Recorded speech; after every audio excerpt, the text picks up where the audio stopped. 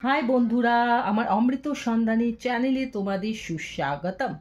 তো আজকে আমরা রিডিং করব লিব্রা সান মুন রাইজিং আর ভেনাসের জন্য অক্টোবর 2025-এর জন্য। চলো দেখে নিই লিব্রা বন্ধুরা, তোমাদের রোম্যান্টিক পার্টনার, ভালোবাসার মানুষ যদি অক্টোবর মাসে তোমাদের কোনো মেসেজ করতে চায়, লাভ মেসেজ, তাহলে সেটা কি হতে চলেছে এবং সেটা থেকে তাদের মনের ফিলিংসটা আমরা চলো একটু বোঝার চেষ্টা করি। চলো বন্ধুরা দেখা যাক।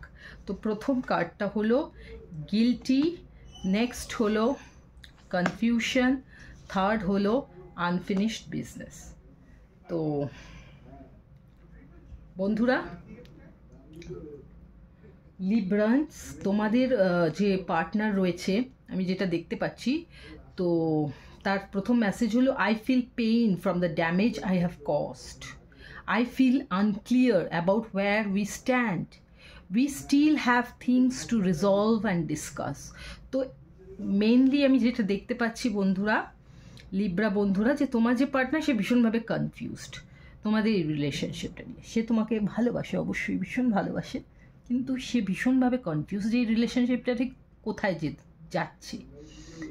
তো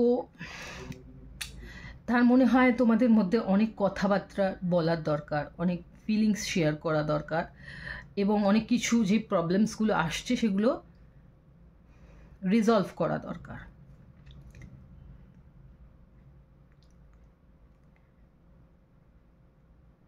এবং যেহেতু তোমাদের রিলেশনশিপটা সে ক্লিয়ারলি বুঝতে পারছে না, সেহেতু সে হয়তো অনেক ক্ষেত্রে অনেক কনফিউশনের জন্য ভুল ভ্রান্তি করে ফেলছে, যেটার জন্য হয়তো তোমাদের দুজনের মধ্যে মিসআন্ডারস্ট্যান্ডিং হচ্ছে।